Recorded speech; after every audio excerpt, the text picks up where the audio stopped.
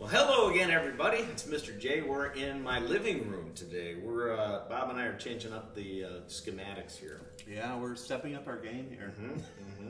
Well, we have to, Bob. I'll just share really quick what we partook in this weekend, and then you can introduce what we're going to discuss today. Okay. This weekend, I had the honor to.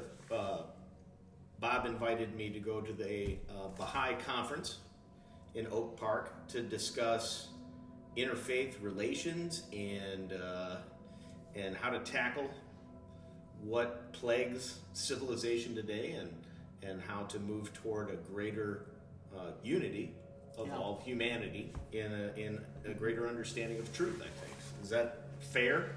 I think that all of those things were discussed, that's for sure. They're the big issues. But Well, the cool thing was to see so many people from different walks of life and to be hosted like that in such an open environment of ideas. Why don't you explain how that, or what you want to hit today?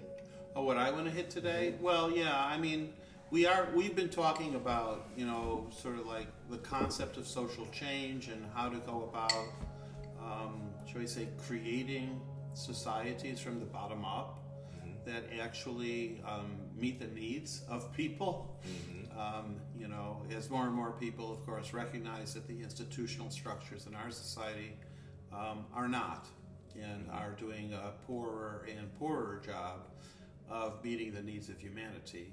So that's where we are. And my sense is we started with this idea that there is this vision, and of course it's not my vision. I'm not smart enough to come up with these things, but it is a vision based on spiritual principles that have been put together in the Baha'i faith. And that vision is ultimately for the unification of all of humanity within one global civilization, that kind of stuff. And we started the process of social change with shall we say, the transformation of ourselves as individuals. Because I think you have to sort of be the change you want to see in society. Yeah, that was our first presentation. That was really where we started. We talked in depth about that. My sense is then we talked a little bit about, well, it's one thing to change yourself, but that doesn't mean society is going to change. And what is the foundation for changing society? And I think that involved building our own capacities to be in meaningful relationships with other people. And the starting point for that is actually learning how to be in conversation with others, and hopefully the two of us are modeling that to some extent. Well, I think so. Maybe the only part that is difficult about that, maybe for a lot of people, is that we see things at times maybe a little bit differently, but there's no issue with that. There's still the exploration. Yeah, that's true. I think difference is actually a good thing. Yeah. It actually can be enriching. Difference doesn't have to be conflict. Right. It's interesting. Yeah. But I think all that sort of creates a foundation to talk a little bit about what we want. I think what we're going to try to focus on today. Okay.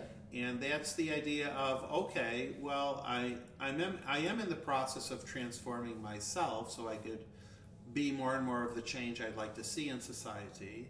And I am more and more working on building my own capacity to be in constructive relationship with others.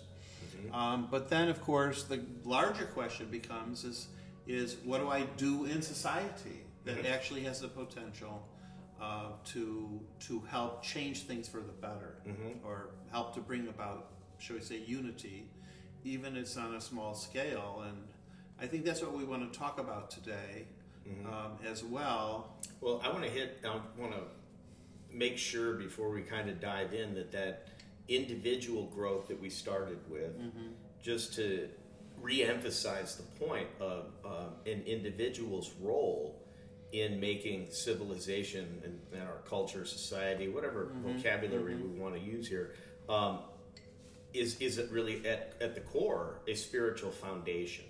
There has to be a spiritual foundation. Would that be fair to say too? That's how I understand it. Yeah. I mean, I certainly know that the Baha'i writings understand is that the only possible foundation for unity is a spiritual foundation. Yeah, but the challenge in this is that even individuals that may take in some of these things that we're saying are going to look at the idea of spirit or spiritualism or faith as an obstacle instead of a pathway, maybe. Well, that's I think that's so true, and I know that you started off with the conferences. That was a subject that came up. I was honestly glad it did. Also, where we had a lot of discussion at the conference about the idea of the traditionally how people tend to view religion as sort of standing in the way of progress, as restricting our freedom, as opposed to giving us more freedom or allowing us to actually change society. And I think, at least based on what I know about religion in general and the Baha'i writings in particular, is that religion actually, it's not what we're taught, but religion actually is the foundation for all social progress throughout the course of all of history. You know, and I sort of knew this intuitively. I gained this idea intuitively, I think, as a high school social studies teacher. Because I remember when I was first assigned to teach a course in world history, and I was thinking to myself is how do I help students understand the progress of civilization? And if I presented it without the religious principles, which, shall we say, brought people together in a common belief system, there was no possible way to understand that progress. So I had to, instead of teaching, shall we say, a world religions unit, I couldn't do that. I couldn't separate that from the progress of the civilizations. I had to teach, for instance, Egyptian religion before I got to Egyptian civilization. What does a culture believe? It was the common beliefs of people that brought them together and allowed them to cooperate in more and more sophisticated ways, the kinds of ways that we think of as essentially civilized ways. Without that underpinning, you really don't have any way of understanding the civilization itself or understanding the foundations for the progress of humanity. And let's use the word that I know will bridge this for today's discussion is protagonist. That's what you would discuss. Every religious figure that you're alluding to and that has existed in the pathway toward humanity's greater spiritual connection, maybe, or development. Connections may be weak, but development. Every religious leader of any faith lived as a protagonist. You can't be there has to be a commonality for there to be a protagonist. You can't have one without the other. And so what is the individual's role in that is how do you know when to be and how to be a protagonist and toward what end? Because history gives us plenty of protagonists that do not have a very good spiritual end in mind. But it also gives many examples where folks do. Well, I think, like back in ancient history, is we tend to think of protagonists as, shall we say, religious leaders, and then we just follow their lead or we do what they tell us to do. And I think to a large extent in ancient civilization that makes sense. I mean, at that time there were no educational systems that were offered for everybody. Most or the vast majority of the population was either completely illiterate, so they had no possible way to contribute in society.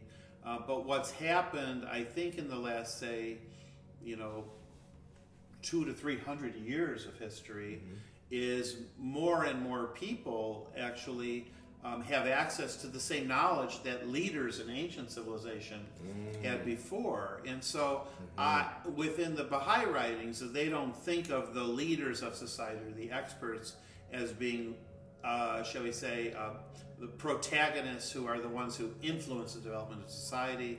Is they think that every individual person is now at a point in his or her own development where he or she, meaning me and you, can actually contribute in a positive way to the transformation of society toward unity. And I think this is a monumental change in the way that we see our own influence. I think it's beautiful, and I think the different, what do you want to call them, revelations, right, that have been demonstrated by the spasms that everybody feels are happening right now, the obstacles culturally and institutionally that have been put into, I don't want to say they're put in place to elude us from these, but the institutions have been very abusive in many cases to this pathway of greater enlightenment that we're talking about, and everybody's aware of the growing heightened awareness of all this. And the reason people are questioning more is the greater discovery of their spiritual essence, the potential of individuals to make an impact, or sadly, people feel a sense of desperation and that they do not or cannot make a difference. And you had just expressed that to me a little bit ago about how there's a lot of individuals out there that really have given up. It's almost like people don't know their own power. They've lost touch with how much influence they actually have. And I honestly think it's a relatively simple concept to get back in touch with that. Like, for me, when we think about our relationship to our environment, is that certainly to a large extent, our environment produces us. There's no question about that. We're definitely influenced by our environment, but at the same token, it's not a one-way street. We also have an influence on our environment, and you could, if you look at it at a micro level, just think about your own family. Is yes, your family will definitely have an influence on you, but you also have an influence on the dynamic going on in your family, or the level of cooperation that it's going on in your family. If you want to test that, just stop cooperating with your family and see how many problems it creates. You know what I'm saying? So you really do have an influence on your environment, and I think it's that principle applied on a wider and wider scale which helps us understand this. So my sense is, like, for instance, when I'm having a conversation with a person, whether it's you or whether it's, shall we say, a listener, is I don't think of myself as having a conversation with just Matt Janicek or just, John Doe out in the studio audience or whatever. Is my attitude is when I'm speaking to someone, I always try to keep in mind that every individual I speak with is what I call an ocean. And when I say that, what I mean is that, for instance, take you for example, is when I speak with you, I'm not just thinking about, shall we say, in some small way, helping to influence you in a positive way, helping to add meaning to your life or to uplift your soul. I'm thinking about every other person that you'll come in contact with the rest of your life. And that's a countless number of people, just like the ocean is too big for me to fathom. It's too wide, I can't see it all. It's too deep, I can't see it all. You know what I'm saying? Same with you. I have no idea how many people that you're going to come in contact with the rest of your life. But to the extent that our conversations, shall we say, penetrate each other's hearts, is what you have to say, I'm going to carry with me, and it's going to be some part, sometimes a very explicit part, of conversations I'm going to have with countless other people. And for me, is that if we recognize that, and this is just a truth, is if we recognize that, then we have a much more influence on our environment than we think, because so much of it is, shall we say, not present for us in this moment right now. Well, we discussed from an education standpoint, what you're talking about is having influence or making a difference. And I mean, that is one of the strange issues in today's education in the system that we grew up in and that we have become is influencers. If an educator is described as an influencer, that is now not that good. That's not considered to be your in your job description anymore. Yet we're often told as teachers that you need to develop very strong relationships with your students, meaningful relationships, but at the same time, don't influence them. I don't understand that. You can't have those two things. Meaningful relationships will create the same stories the way that I will use and have used your stories and are getting to know each other with other people already. Your world has become part of mine in that little way, and then I use our example when in concert with others. You have influenced me, and that's a good thing. You know, can we have negative influencers and positive influencers? Sure. But that idea that we can be influential makes me get up in the morning with a little more positive attitude. You know, I think your so. outlook on life will be more But positive. I don't think that we can be. I think we are. Right. I think whether you want to or you don't want to, the moment you're interacting with your environment, whatever that environment is some influence that's being exerted upon the environment. It's just how it is. And I think that we've, in large part, lost touch of that. And like you said, I think that in large part, people have lost touch of that because over and over we're sent the message that we either don't have influence and or can't have influence on shall we say, on the course of our communities, of our neighborhoods, of our societies. We're not allowed to. In fact, I know as a social studies teacher, is we're always supposed to present, quote, such a picture of the dysfunction in the world that it's so big. You know what I'm saying? Yeah. It's so huge. It's the corruption is so out of control. The rich people have so much power.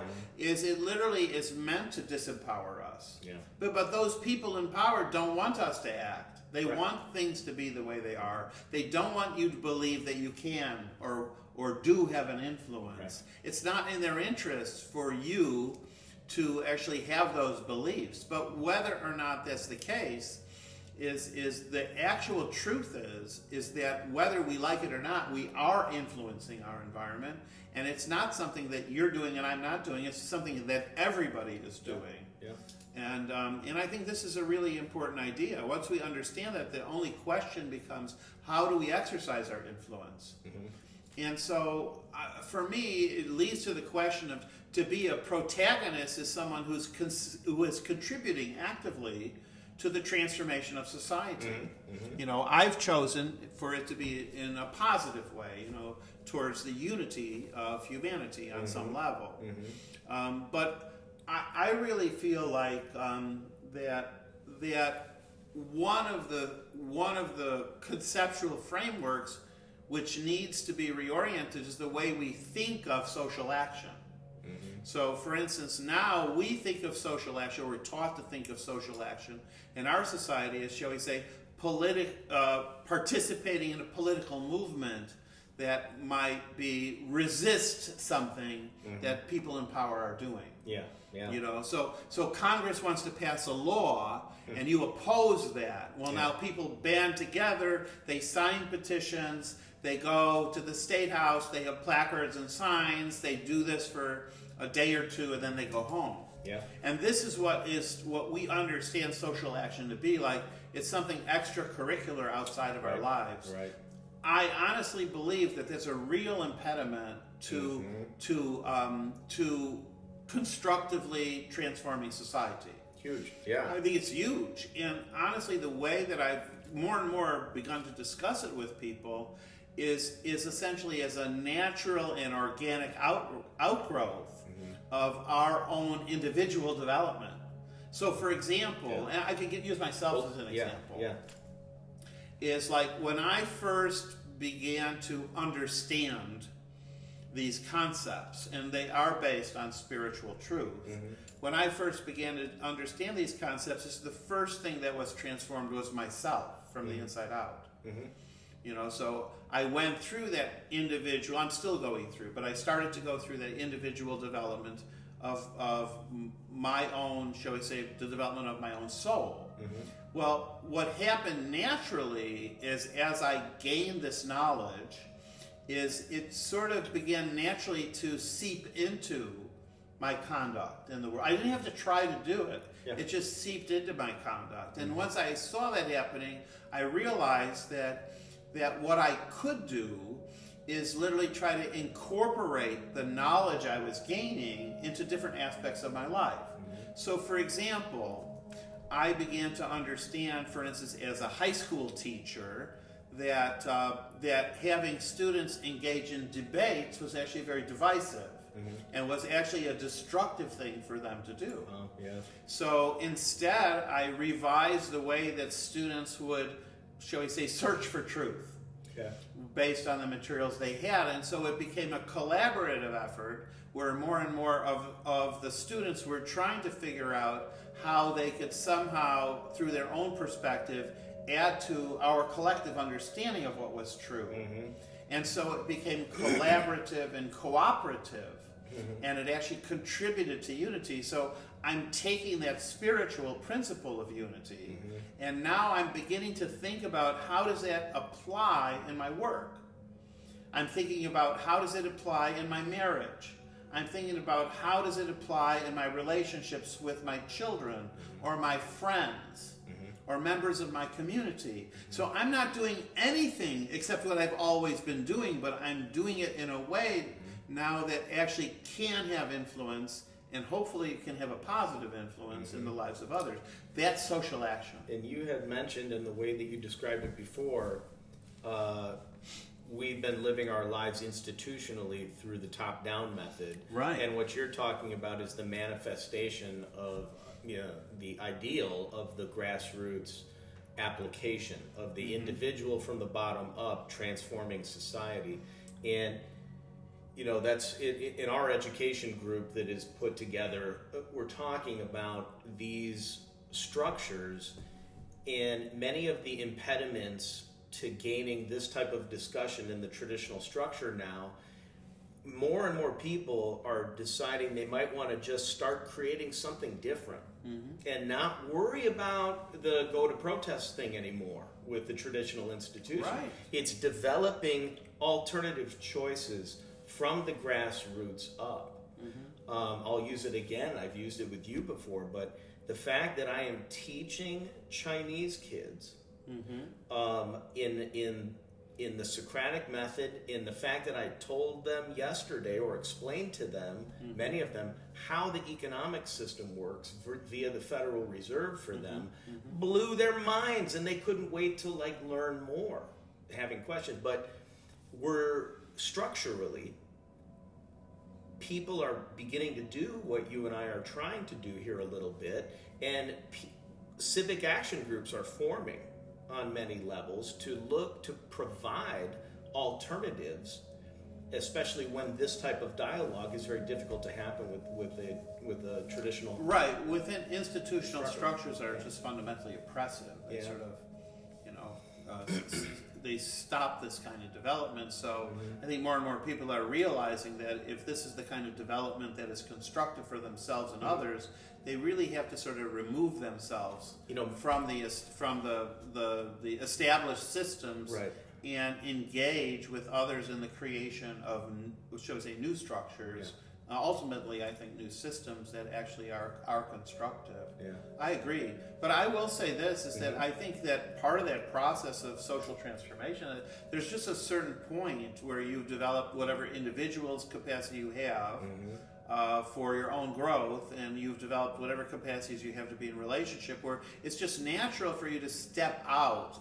I think for me, I would say I was sort of called or inspired to step out at a certain point of just changing the way I oriented my own life to stepping out into society more broadly and doing other things. Like, for instance, doing these interviews with you, so that even people I don't currently know can have access to ideas which free them from the present system and allow them, shall we say, the possibility of moving forward in their own life. Well, and that's a very positive development in the chaos that we're currently in, that everybody feels. The one thing everybody's aware of is that if you're following mainstream traditional news, for example, you're not being told the truth. So, Yeah, of course. So people are, at least for the very first time, realizing that. I'm not saying they have to make a choice right now, but at this point they realize that, and they're seeking podcasts, they're seeking alternative forms of exploration for truth, because the purveyors of, or the sayers of truth right now have claimed that they have a monopoly on it. And the next thing that's going to have to happen, or happening right now, is the development of parallel institutions, maybe. Sure. And we're at that beginning stages of people that are taking action because the systems that have been put in place are failing them largely, and they're being motivated. That's really a positive development, I think, for spiritualism, really. I think it's a positive development period. I think we're in a period of real experimentation. Yeah. There's a lot of innovation going on grassroots levels, and I think that is natural when people are beginning to break free from systems that essentially oppress our, shall we say, our search for truth and our ability to live within what actually is true. I mean, that's how it works. I firmly, believe that that ultimately the only possible way for humanity to move forward together in this is if it's based is that the framework for these new systems, beginning from the community upward, is that they're based upon truths that are ultimately spiritual. Because my sense is that those things which humanity devises, each individual human being devises on their own, however much validity they may have on their own, is that those ideas are human ideas will conflict with each other. And I think that's like a biological necessity, just like on a biological level, there has to be a certain amount of diversity in order for that species to have essentially the biological strength to evolve and adapt to a changing environment. That's important, and human beings have that quality. We are material adapted, but the problem with that is that constantly places us in conflict or competition with each other. And the more we're in conflict and competition with each other, is the more that progress actually becomes more difficult. Because we're too busy fighting with each other than moving together in progress. The only ideas that have the possibility, shall we say, the real possibility of pulling people together so that in unity they could progress forward together, are ideas which transcend the human. And those are spiritual ideas. Those are spiritual truths that we can all understand as, shall we say, the kinds of truths that apply to everybody. They're universal truths. They're things that we can't argue about. We can understand them. People are going to want to know what those are. Well, people are going to press. They're going to say, "What do you mean by that? What's a truth?" I totally agree. Yeah. Okay. So, if I were to say what is a fundamental truth, is that there is, for instance, the educational system within the Baha'i faith actually starts with this quote. Is, quote, "The betterment of the world can be accomplished through pure and goodly deeds, through commendable and seemly conduct," unquote. That is the actual spiritual truth. And when I look at that and I say to myself, first of all, it means that the world can be a better place. The betterment of the world can be accomplished, right? The question is how, okay? Through pure and goodly deeds. Now, there's a lot of ways of understanding this, and there's a lot of different expressions of this, but it implies essentially that all of us have to take action. The world is not going to change if we just sit on the couch and do nothing.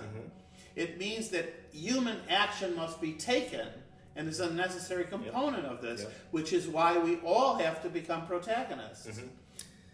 Yeah, I've actually said that, as much as I talk about how dissatisfied at times I am with things, that the only thing that will really ever get the truth to be told, perhaps, would be a mass demonstration at in Washington or something like that. Like you'd literally have to go there with millions of people and just stay there until you got satisfaction.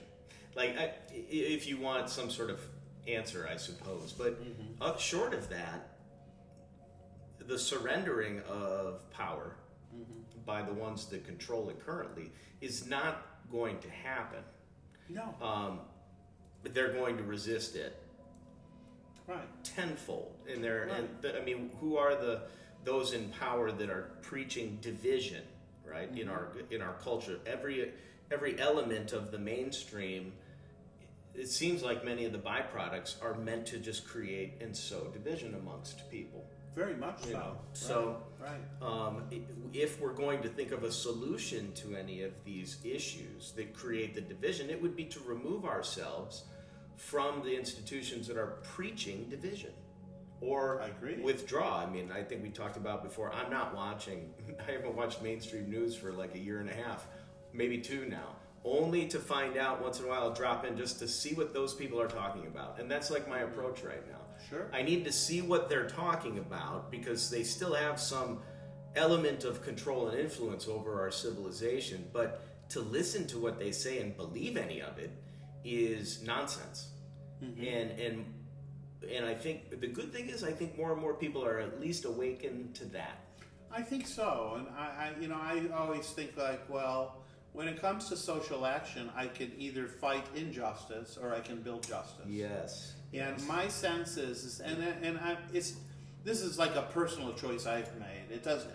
I don't think there's anything wrong with fighting against injustice. Right. But my attitude is that it's so much more constructive. It's so much more positive. It's so much more creative. There's so much more energy involved in building justice. So instead of fighting against bad deeds, then I'm just engaged in identifying what would be a pure and goodly deed. Yes. And then I spend my life, I want to maximize the amount of time I spend in my days is essentially performing what would be considered on a spiritual level a pure and goodly deed, because those are the deeds that are actually going to make the world a better place. And I think that's it. And so for me, that's that. So you're not going to see me in a protest movement against something that's going on in the U.S. Congress. It's not. I don't have a problem with people doing that. Right. I think, honestly, their hearts, it might be a pure deed. Their hearts are in the right place. Yeah. But in terms of how much good it could produce, I believe that having a constructive conversation with another person that is a sort of like is at the level at the level of the heart, it's that kind of exchange that actually helps to uplift someone's understanding and inspire them to action is a much more valuable use of my time. And the word is protagonist, but in an interesting, I think people perceive the word protagonist to mean somebody who's going to buck the system or fight against the system. But you can, if you want to do that, but we're talking more about protagonist in removing yourself from that and creating what you want to be, the positive change that you're talking about. Right, a protagonist in that direction. Well, I mean, for me, I can only speak of it to be like in a literary sense. The protagonist of a story is like the central figure. It's that sense of that the central figure for the movement of the plot is this person, and so on one level it's easy to grab onto, but my sense also is that this idea of protagonism. Is that it really is about first of all, each person has to know the truth, and you have to spend time in understanding what is true. Nobody can know the truth, Mr. Bleacher. Well, Nobody that's can know the part truth. of our individual development. I mean, as we develop individually, we're going to develop our capacity to. That's the development of the soul. That's the first episode we had. Is the basis for our individual development is to improve in our ability to discern what is true from what is false. And the moment we do that, then the question becomes: is how are we acting upon that in our life? To me, the powerful actions I take in my life are actions which are based on what is true. Mm-hmm. And I see, and I accept all of these, but we live in a superhero culture, We right? do. Where the mass of the population is waiting for a Superman or a superhero to come save the day for them. And whether we're looking at it from the superhero perspective, or I loved Kierkegaard, one of my favorite philosophers to read, but when he says you want to be the actor in your own play as opposed to the audience. Right. Are you an audience member to what's happening in the world? And generally, you're probably going to be a negative one if you're only a consumer of this. You're going to live an animated consumer of the division that is being preached, and it ends up being a negative influencer. But Well, I think that's why we have to talk about this. That's why this is a subject standing alone, which is worth talking about, because our whole lives we're taught to be passive. Mm-hmm. Okay, someone else is going to do the work for us. That's what the experts are there for. Consumers, Right? We're taught to be consumers, right? We're taught essentially never to create. We just consume things other people produce or create. Where, you know what I'm saying? We're taught to think of our lives essentially of wealth in purely material terms. You know, there's a million ways in which... Well, let's look at the CD. Let's look at the trust the experts in the CDC for the last 2 years. Do we really trust them now? Well, I think that there are people who do, there are people who don't. I think what's important is that wherever an individual is they understand it's their own responsibility to investigate what is true for themselves. And discern, yes. And this is a quality we all have some ability to do this. I'm not saying we're equal in this way, Right. but to be human means that we have some capacity to discern what is true from what is false. And if we are given that gift, we have a responsibility to cultivate that gift. That's cool. And I think you said that's the first principle in the Rui Institute. That is the first class. Because you don't know what is good. So- what is good? Something that is good is something that's based upon what is true. Right. So one thing you told me is that these ideas have actually been kicked around and developed already, and already a development infrastructure via the Baha'i Faith and the Rui Institute and the Rui classes. And explain that class, the first one again. Well, there's a whole series of them. Basically, the Training Institute courses is the beginnings of reformulating, shall we say, education worldwide, based around principles that are true and based upon essentially learning which helps people develop and enables people, even empowers people, inspires people to become protagonists in their own lives. And I think that's what's important. But the first element, the first course of the Rui Institute is meant to help people recognize and then develop their ability to discern what is true from what is false. Because what is true is good. And what is good, okay, is the basis for action that can better society. Because the ultimate role, the ultimate mission, actually cause of the Baha'i Faith is to transform society from the present state of conflict and division to actually the unity of humanity throughout the world.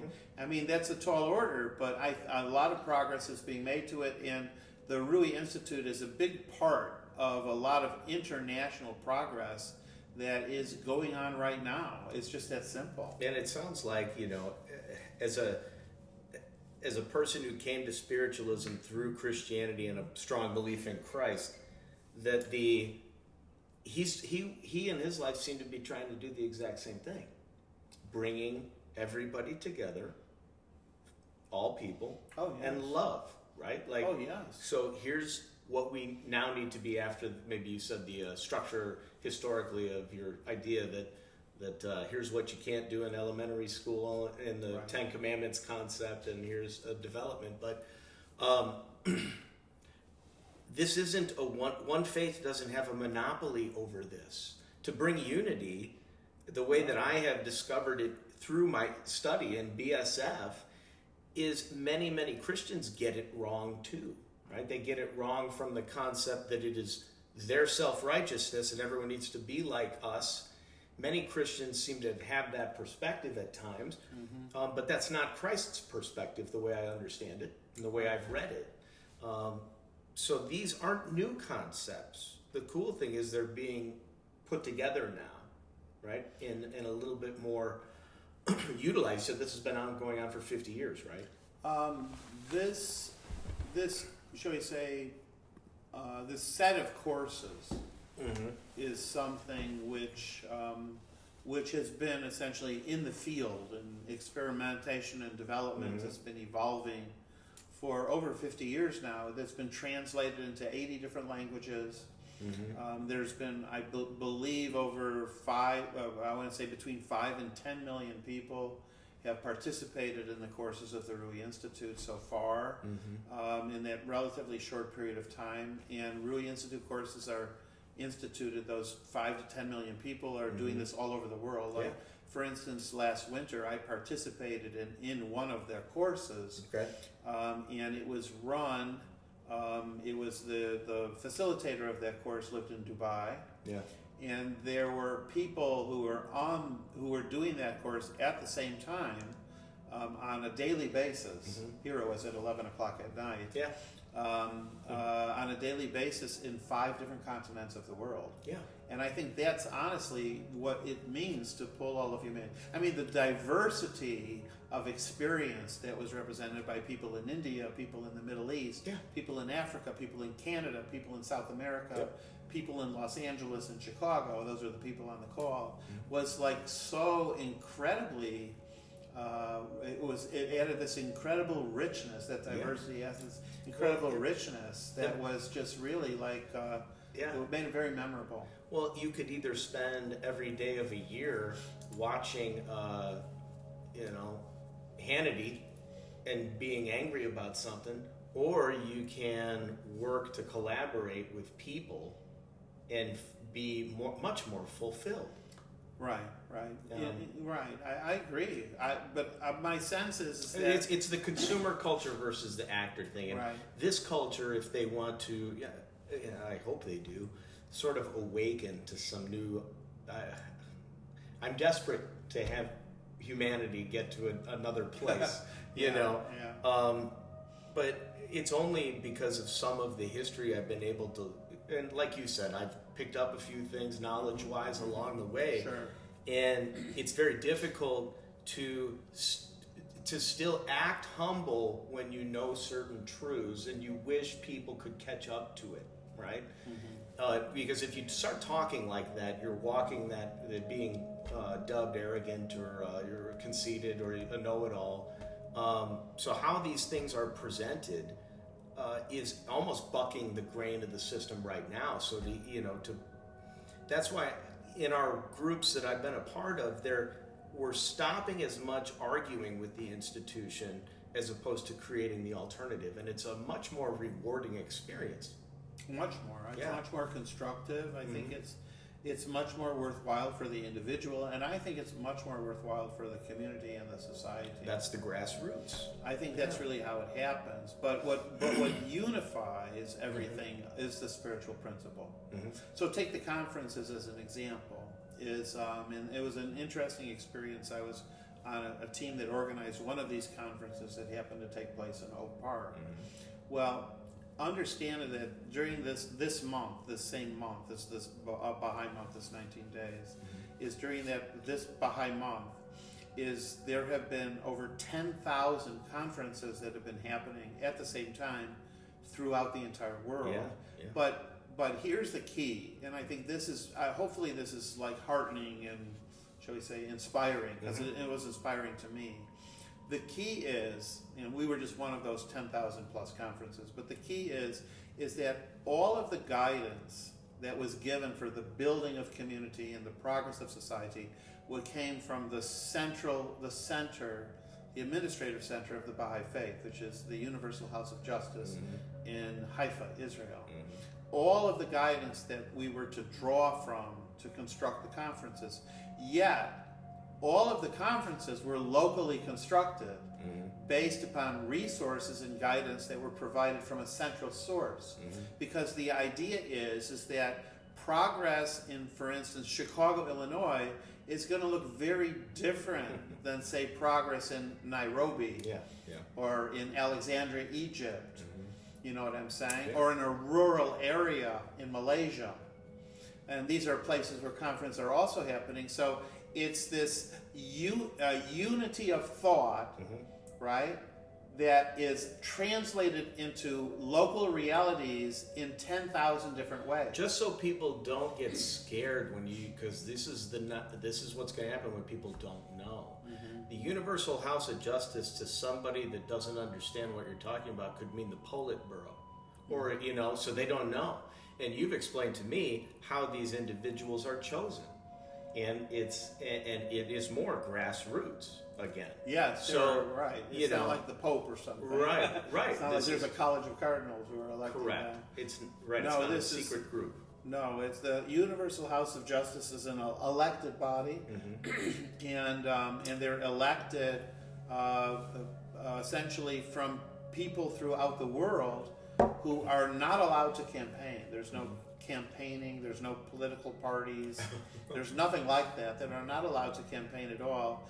There literally are people who, over a lifetime of service, have been recognized, shall we say, for their ability, for their knowledge and their ability, their compassion for others, that qualify them to be, shall we say, to hold a position on a body of leadership. There's no individual who has any legal authority, but the body itself, when it meets, there's 9 members that actually do have authority to interpret the writings of the faith. And that's the only, no individual can interpret the writings of the faith, only that body can, and they're subject to elective procedures. So it's fascinating. I actually have met a few of Universal House of Justice members. I'll travel around the world giving talks, and I know people who have personal relationships with them. And the number one quality which essentially, which distinguishes them, their leadership ability, is their humility. Yep. I honestly, you wouldn't even know, if there were a third person in an interview here and he happened to be a member of the Universal House of Justice, you would not know it. Yeah. Because that person would be the most humble person in the room. Right. And it's a completely different conception of leadership than the dysfunctional idea of the authoritarian dictator that we've come to acknowledge in the modern world. Top down implies, hoops. If you want to climb that scale, you're going to be going against the flow. Right. So, and it's a kick, and it's a scratch, and it's a claw your way to the top idea that isn't based on trust. It's based on benchmarks. And what we're talking about here is central, perhaps, organization, but it is trust. It's trust humanity. Well, what's interesting is that for the House of Justice to say, we're not going to give you a program, we're going to support 10,000 localities throughout the world, you just support them by giving them resources, and they develop their own program, is this incredible faith in the ability of the grassroots of humanity to essentially become protagonists in their own progress. And I see this is a very different than what we see going on in the world. And I have to say that the conferences were challenging for our particular community here in Oak Park, but they were the kinds of challenges that our community rose to, and they were the kind of challenges which actually are helping our community to progress. But it only happened because the House of Justice said, we're going to trust you to develop a program based upon these materials and this guidance that best serves the needs of your community. They're saying, we don't know the needs of your community as well as you do. And so therefore, we're putting you in charge of this development. And to me, like that, that show of confidence that that trust that in our own capacity as a community to do this is really a very constructive way of reconceptualizing what progress looks like. Well, it's flipped, and for Western, our American Western understanding, that's, and I guess it's only become modern flipped. I mean, our nation was pretty much founded by the people and grassroots activism. Granted, some of those elites during our revolutionary period sure had resources and wherewithal, but basically, we had to develop we the people into our nation, and civic mindedness in their education was more normal in the traditional colonial and post early republic schools. People were taught how to organize and how to engage in civil social action together, more often than they are now. Now it's trust the leaders. Yeah. I do think that in the society we're living in today, shall we say, the starting point is for us to understand that those people who do hold power in our society, and mostly they're economic, political elites, is their best interest is to make sure that we never develop, like you and I do individually, that we never develop the capacity to be a constructive agent for social change. Yeah. Because the last thing people in power want is social change. And we have to understand this. This just makes sense. Yep. This is why the educational system doesn't work, because the people who create, support, sustain that system are those people who hold economic and political power in our society. So their best interest is that you only develop the kinds of skills that keep you in servitude to us. Because that's what serves their best interest. You're speaking protagonist, and that explanation right there does make me think of the one of the protagonists I love today is Jordan Peterson, and he does say things like the elite or whomever is in charge, clearly they don't want dangerous men, and ideas that we are talking about are considered to be dangerous by those that hold the power right now. Because this is an empowering and enlightening and a positive direction for people's energy that could actually create real change, and you would become a dangerous individual to this. You'd be a protagonist to that system, and well, I think you're right. I think from the point of view of power, you and I are dangerous people, right? But from the point of view of truth, is those in power are the ones who are dangerous. Bob, I think that might be a great place to knock it out today. Think about it. I think that was one heck of a good point. So that's the whole point. We're trying to flip the script here. That's so right. Like create a new script. Right. Yeah. So anyway. All right. It's always good to talk to you. You too, sir. It always is. Thanks, Bob. Thank you.